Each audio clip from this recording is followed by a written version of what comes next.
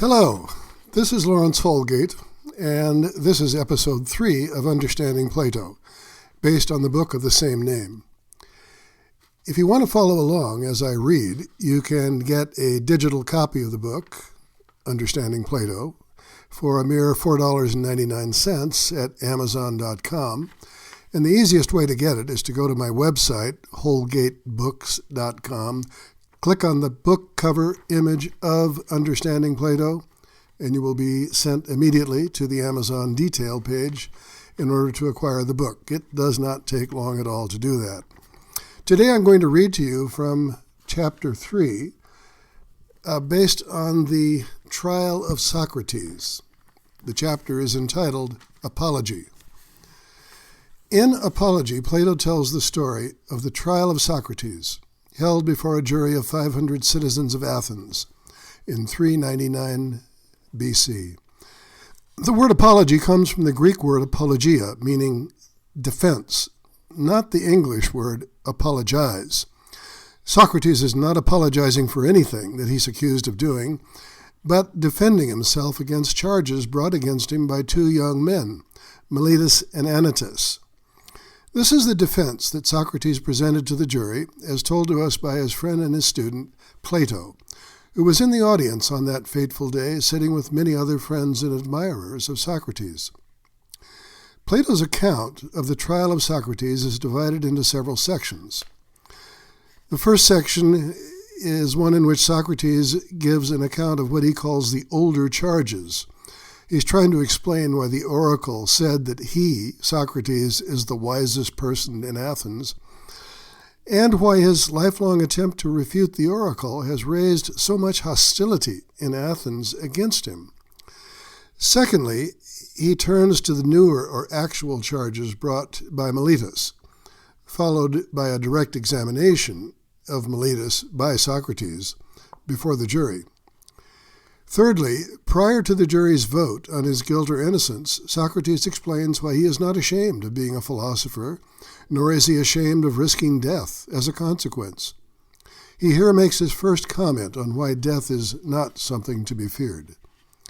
Fourth, after being found guilty, Socrates explains why he would not accept a hypothetical offer to cease practicing philosophy in exchange for being let go. He warns the jury that if they put him to death, they will be harming themselves much more than they will do any harm to him. He makes his final remarks on why death is not to be feared. So let's start with the first, the older charges. The older charges to which Socrates refers are not those mentioned in the indictment brought by Meletus, but they are the rumors, the slanders, and the expressions of prejudice that had been made by prominent Athenians against Socrates for many years. He bundles all these rumors into an imaginary affidavit, quote, Socrates commits injustice and is a busybody, in that he investigates the things beneath the earth and in the heavens. He makes the weaker into the stronger argument, and he teaches these things to others. End quote. Socrates denies that he's ever done any of these things, and he attempts to explain how these rumors got started. He traces it to his lifelong effort to disprove a remark made long ago by the oracle at Delphi that he, Socrates, is the wisest man in all of Athens. His method in this task was to find important men who believed themselves to be wise and to ask of them questions of them in order to test the veracity of this belief.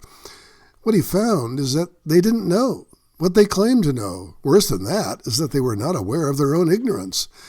The result of all this is that he offended many prominent people in Athenian society.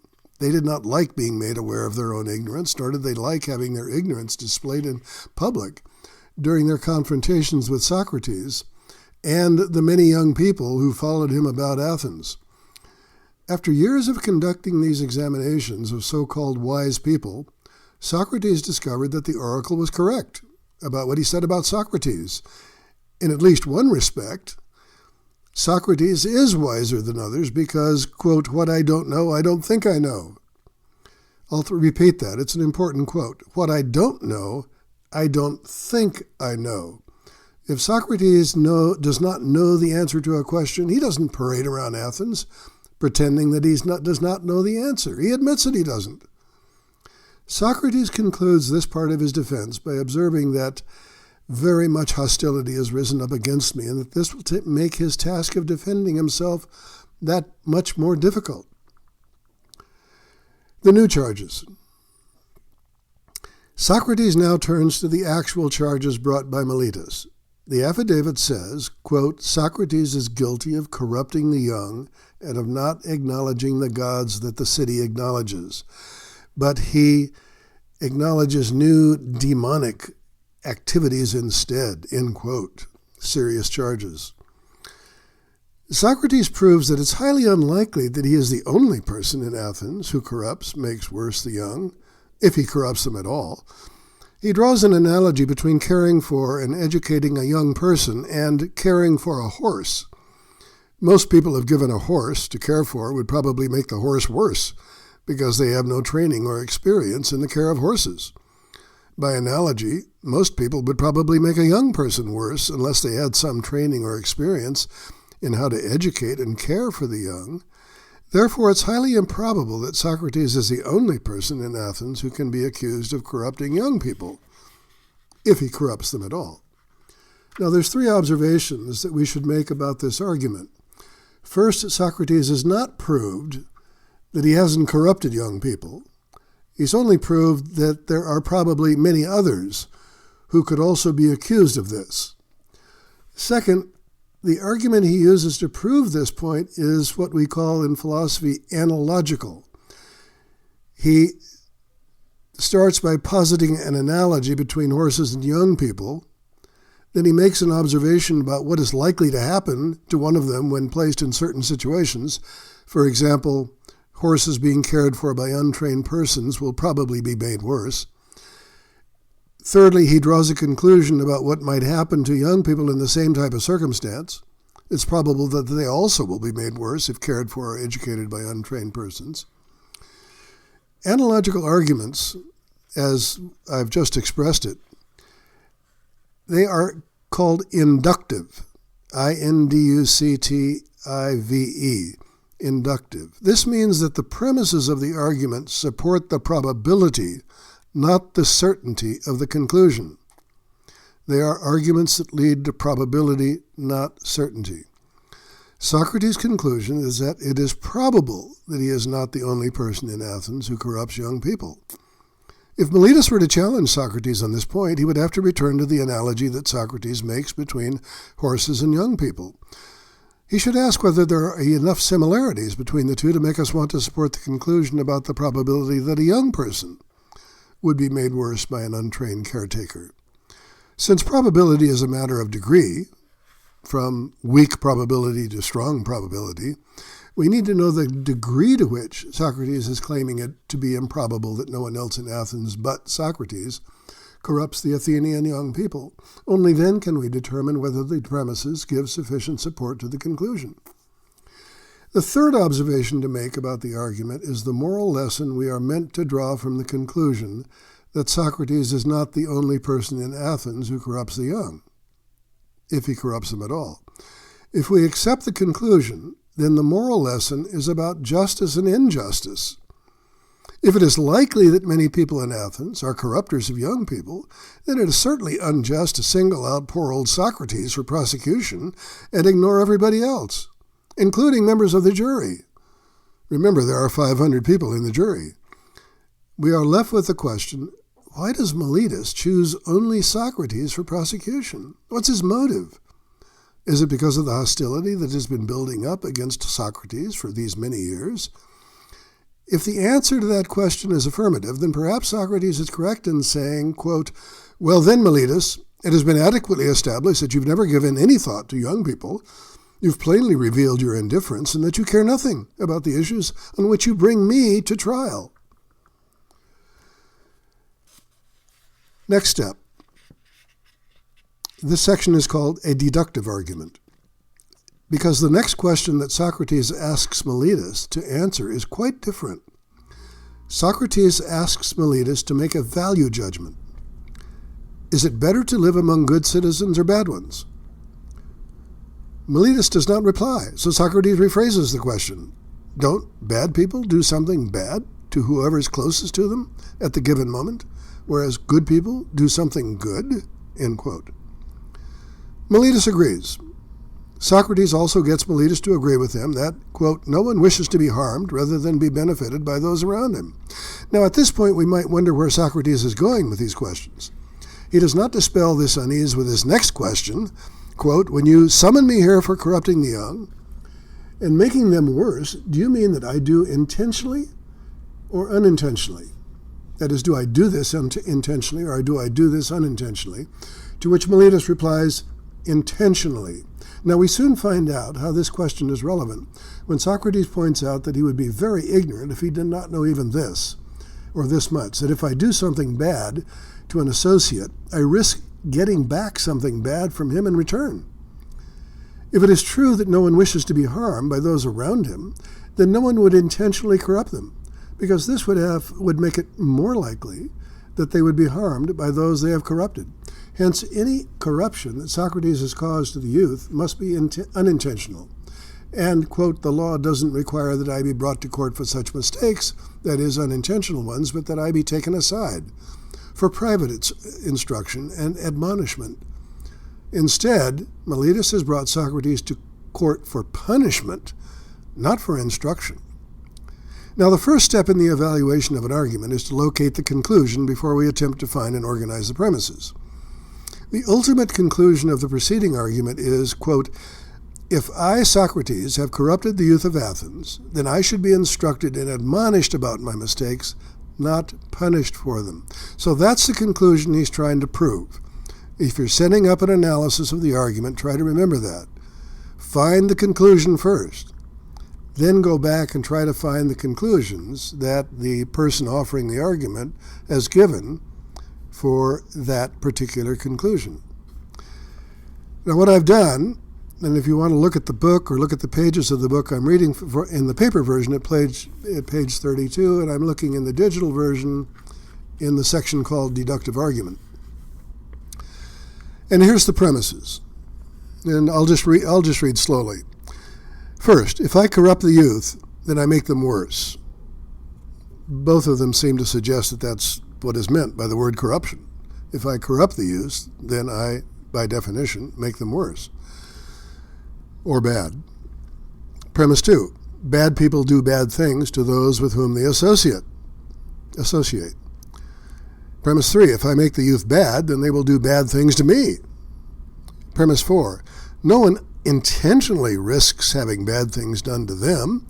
Therefore, step 5, conclusion, if I corrupt the youth, it's not intentional. That's the first conclusion. There's going to be another one. So we've got to the conclusion now from 4 premises that if I corrupt the youth, it is not intentional. He adds to this a premise. Premise 6, anyone who does a bad thing unintentionally should be instructed and admonished for their mistakes, not punished. Therefore, it follows from 5 and 6, number 7, if I corrupt the young people of Athens, I should be instructed and admonished for my mistakes, not punished. Now, the preceding argument, the one I just gave, is deductive, not inductive. A deductive argument is an argument that is intended by the arguer to establish the certainty of the conclusion. That is, to provide a guarantee of the truth of the conclusion, provided that the argument's premises are true. Remember that an inductive argument, by contrast, establishes only probability. But we are now trying to establish, Socrates is trying to establish certainty. The one we just looked at is deductive. Socrates intends that his conclusions follow with certainty from the premises, and the certainty he intends is hypothetical, in the sense that if premises 1 through 4 and 5 and 6 are accepted as true, then Socrates claims that the conclusion follows necessarily from them. Now, there's 2 ways of showing that a deductive argument is unsound. We can show either that one or more of the premises is false, or that the argument is invalid. In order to prove that a premise is false, one must first determine in what kind of proposition it is. If a premise is put forward as an analytic proposition, then all we need to know to determine its truth is the meaning of the words in the proposition. For example, If I say all bachelors are unmarried and I say that it's true, I'm saying that it's true because the word bachelor means an unmarried man. But if the premise is a synthetic or empirical proposition, then we can only know it to be true by experience and observation. Thus, if it is true that all bachelors are virgins, this is not because virginity is part of the definition of the word bachelor, but because we have not yet found any bachelors in the world who are not virgins. Good chance of that, right? So now, to go on, to prove invalidity, one must show that the conclusion does not necessarily follow from the premises. If we want to prove the invalidity of a deductive argument, you must show that the conclusion does not necessarily follow from the premises. And there's a simple test for invalidity. It involves asking whether it would be contradictory for the premises to be true and the conclusion to be false. To use the stock example of a deductive argument, and you'll hear this example, I call it a stock example because we use it in class all the time. Here it is. All men are mortal. Socrates is a man, therefore Socrates is mortal. I'll repeat. All men are mortal. Socrates is a man, therefore Socrates is mortal. If we affirm the premises, the two premises, then we would simply contradict ourselves by denying the conclusion. Therefore, the argument is valid.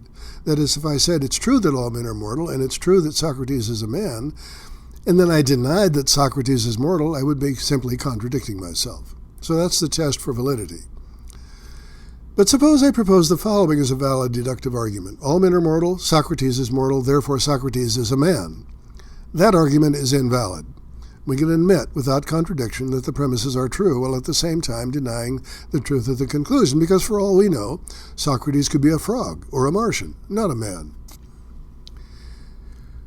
Although Miletus is silent after Socrates pronounces his conclusion in premises 5 and 7, we need not let Socrates off so easily. We can ask whether the premises are analytic or synthetic sentences. If we think they are analytic, we can ask whether they are true by virtue of the meaning of the words in the sentence. If we believe they are synthetic or empirical sentences, we can ask whether an examination of events and things in the world will prove them to be true or false.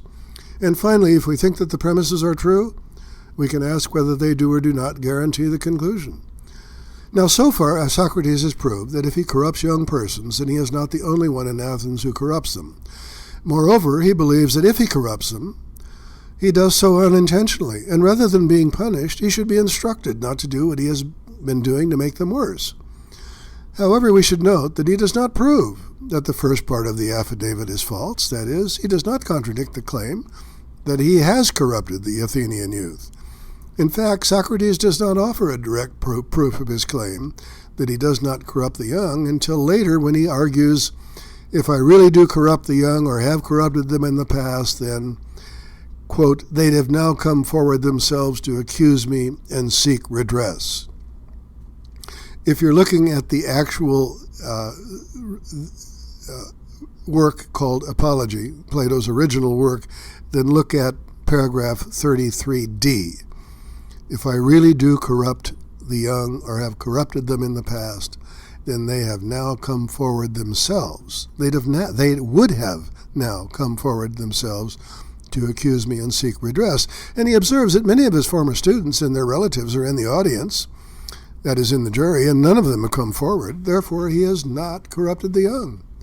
This short proof is deductive and appears to be valid, although a critic might want to test the premises before declaring that the argument is sound.